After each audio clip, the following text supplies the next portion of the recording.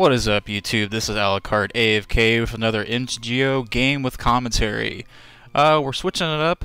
I had a lot of fun with my black-blue control deck.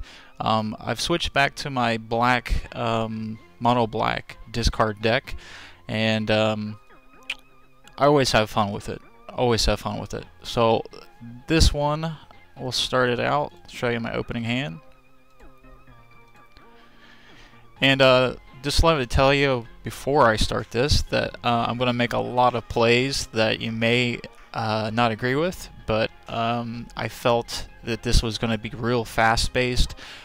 This discard deck has tons of creatures and tons of discard and tons of removal. So it's essentially a mono-black control. And it's hard, but it's got tons of creatures. I always have my Phyrexian Obliterators and Vampire Nighthawks. You know, with the black-blue control deck, I think the controlling creatures like Snapcaster Mage and the Mind Shrieker have worked out better, but for this deck, Vampire Nighthawks, Obliterators, Sangromancers, and various other controlling cards work a lot better in this deck. So we're going to be trading a lot of creatures back and forth. So he's going to play a Swamp, and he'll put out a Diagraph Ghoul.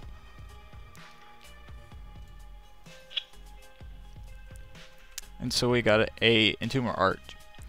This is real nice. It's a control-based card, but it's also really good for creature decks. When he enters the battlefield, I can choose one of two things. I can return a target creature from my graveyard, like my Phyrexian Obliterator, or I can choose to reveal their hand and choose a non-land creature, non-creature card from it. Then discard that card. So it works. It fits into my discard theme, but it also gets me. It's like a disentomb, essentially, back to my hand. So we'll go ahead and play a Swamp.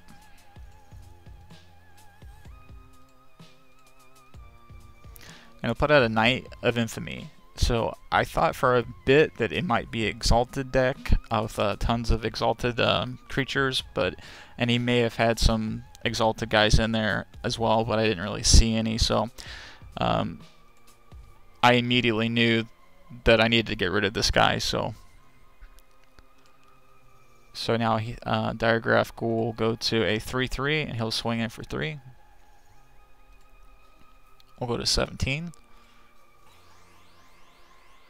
Oh yeah, we forgot to talk about the opening hand. I got distracted there. So obviously I had a Swamp, have another Swamp, Vampire Nighthawk, Swamp, go for the Throat, a Tower, no maximum hand size, and it's one source of mana. Another Swamp, and then Entomber Arch, and then we just got a Sangromancer here. So Sangromancer, free again. When a creature dies, I gain 3 life. When an opponent discards a card, you gain 3 life. It's a 3/3 flying, so you can't beat it for discard decks. So we need to get that Knight of Infamy off the field, so go ahead and go for the Throat. That was kind of a no-brainer. I don't think anybody would argue with me there. You know, usually I try to save those for big baddies, but we're just going to have to deal with those. So he'll swing in for 2. We'll go to 15.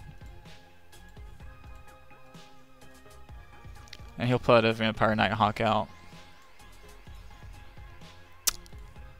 We'll put a Swamp out. We'll go ahead and play our own Vampire Nighthawk. And really this pace just comes from knowing your deck, knowing what you're going to draw, knowing you know, what the base of creatures, spells, and lands is. And so you can I mean, you don't always know. It's always, you know, random and stuff, but I feel this deck. I don't know, there's no other way to describe it, but I feel what's coming next. You know, I don't know it's going to be a Phyrexian Obliterator, but I know it's essentially going to be a creature, you know, in the next couple cards. It's just probability. And, you know, I could be dead wrong, but I'm usually right. So we'll go ahead and trade Vampire Nighthawks here. He'll go to 22, we'll go to 17. And essentially, you know, if you got 2 Vampire Nighthawks out there, you know, you're gonna swing. Let's say I didn't trade creatures with them. You know, he's going to swing in for 2, do 2 damage to me, he's going to get 2 life. Then I'm going to swing in, do 2 damage to him, and get 2 life.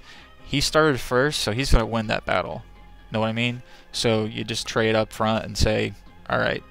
It's just like when you got a planeswalker and you want to get, or they got a planeswalker and you got the same planeswalker. Put them out, get rid of them. If they can't use it, I can't use it either. So he's going to go ahead and put a Butcher Ghoul out. It's a 1/1 Undying. So, and a Fume Spitter. And we got the Phyrexian Obliterator. And I really felt it was going to be a Vampire Nighthawk or a Phyrexian Obliterator. So, just based on the lands we had in their opening hand, it was just a good probability that we'd get something like him. And I could have put Synchromancer out, you know, to get some damage in there flying, but I need to start blocking these guys. And so he is the ultimate blocker. Due to his sacrifice, controller sacrifice that many permanents ability. So we'll use these other guys as kind of utilities to swing in on top of the Obliterator. And we'll put another Frume Spitter. And let me just justify as well. There's a couple plays, you know, come in here where, you know, essentially I know what he has and he can get rid of one of my Obliterators, but I got Tumor Arc right here. I can return him back to my hand and I can pull Vampire Nighthawk back if I want. But most likely I pull Phyrexian Obliterate back with this card. So some of the decisions weren't the best ones unless you consider all the aspects that were going on. So, and we got another Obliterator. I wasn't expecting the other one to come so soon, but we'll go ahead and put him out. So now essentially we got a blocker and an attacker. Is how that works. I'll go ahead and throw our Swamp out. I'll go ahead and swing in with the Obliterator. I go to 17. And he'll swing in with and I'll go ahead and block the Diregraph Rule. Don't want to block the Butcher Ghoul. He's Undying. Essentially what I looked at here is who's going to do the most damage to the Obliterator, because, you know, I could definitely absorb the damage easily anyway. None of them are 5/5 or anything. But I want him to sacrifice cards. And yeah, he can choose the Butcher Ghoul as one sacrificed card.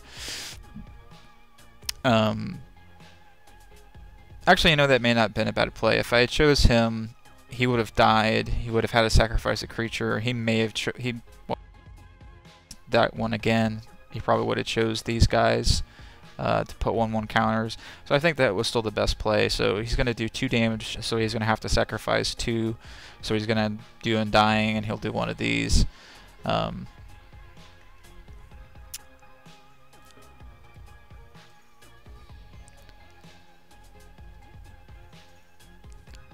So he chooses the Butcher Ghoul. He'll come back.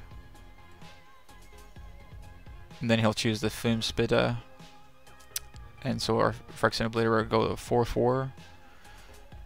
He'll sacrifice the other one. He'll go to 3/3. And then he did a 1 damage to the target creature or player with the Germ. And then he'll have to sacrifice 1 more. So he chose a land.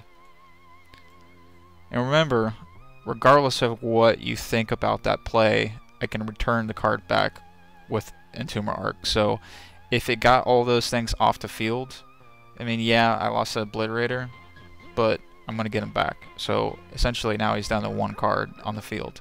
I think that's the kind of the idea of this, you know. If, you know, and he lost the land, so he's behind now for sure. So he's going to use a Mortar Pod. He's going to equip it. He'll become a 2/3. Got a Swamp. Go ahead and put the Synchromancer out first.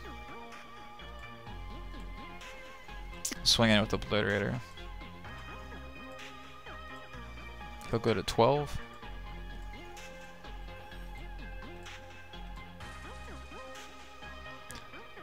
And he'll swing in with the Butcher Ghoul. It's already got a counter on top of it. The Synchromancer's ability, gain 3 life, is going to come into play here, so we'll go ahead and block it.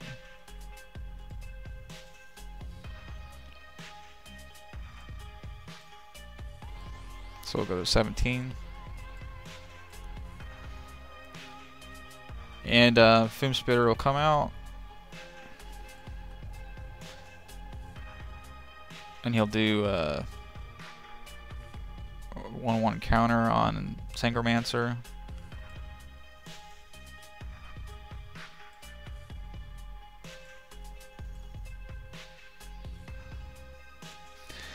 So I got a Triumph of Cruelty.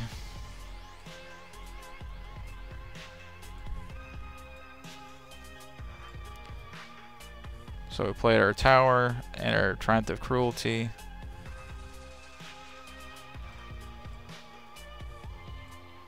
We'll go ahead and put our Tumor Arc out. And we'll return our Obliterator to our hand. We'll swing in with the one of the Obliterators. He'll go to 7.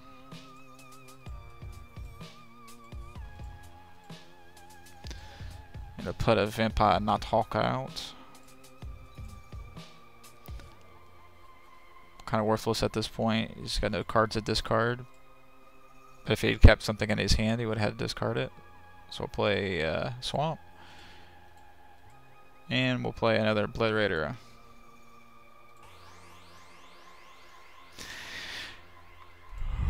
We'll go ahead and swing in with the Obliterator. He'll block it with Vampire Nighthawk. And so he will have to sacrifice 2 more permanents. So he did the Mortar Pod and a land. So now we've got 7 power on the, or 7 attack, and he's got 7 life. So he'll go ahead and play a land and concede the game on turn 9. So don't really think I would have done anything different if I played the same game over again. But as always, I'll ask you, what would you do differently? Would you have soaked up some more damage and let your guys fly free, or would you have blocked like I did? Let me know in the comments below. Like and subscribe. We'll catch you later. Bye.